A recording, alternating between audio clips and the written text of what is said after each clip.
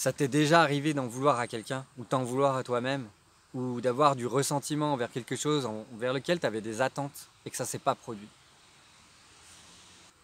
Peut-être que c'est le moment de retourner dans ton cœur et de réveiller ton cœur sauvage. Et pour cela, ta colère, que tu peux appeler irritation, frustration ou agacement, tu peux la transformer en quelque chose de positif, quelque chose qui est au service de ta vie, de tes projets, de ce que tu aimes, de ceux que tu aimes, de tes relations, de ton envie de connexion. Parce que si tu sais dire précisément avec détermination ce que tu veux, alors ça peut changer la donne. Alors ça peut créer une clarté inattendue et une présence qui va te permettre d'être davantage avec l'autre plutôt que contre l'autre ou contre toi-même. Ce que j'ai envie de t'inviter, c'est à considérer que derrière ta colère se cache un pouvoir inattendu. Un pouvoir qui te permet d'être encore plus présent dans l'instant présent, dans l'ici et maintenant.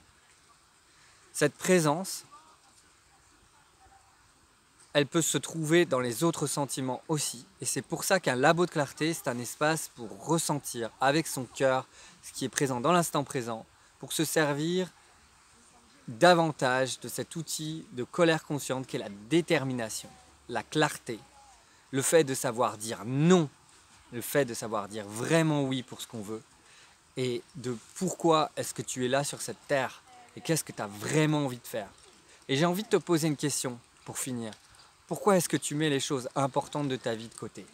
Pourquoi est-ce que tu ne les fais pas maintenant? C'est mon invitation de réflexion.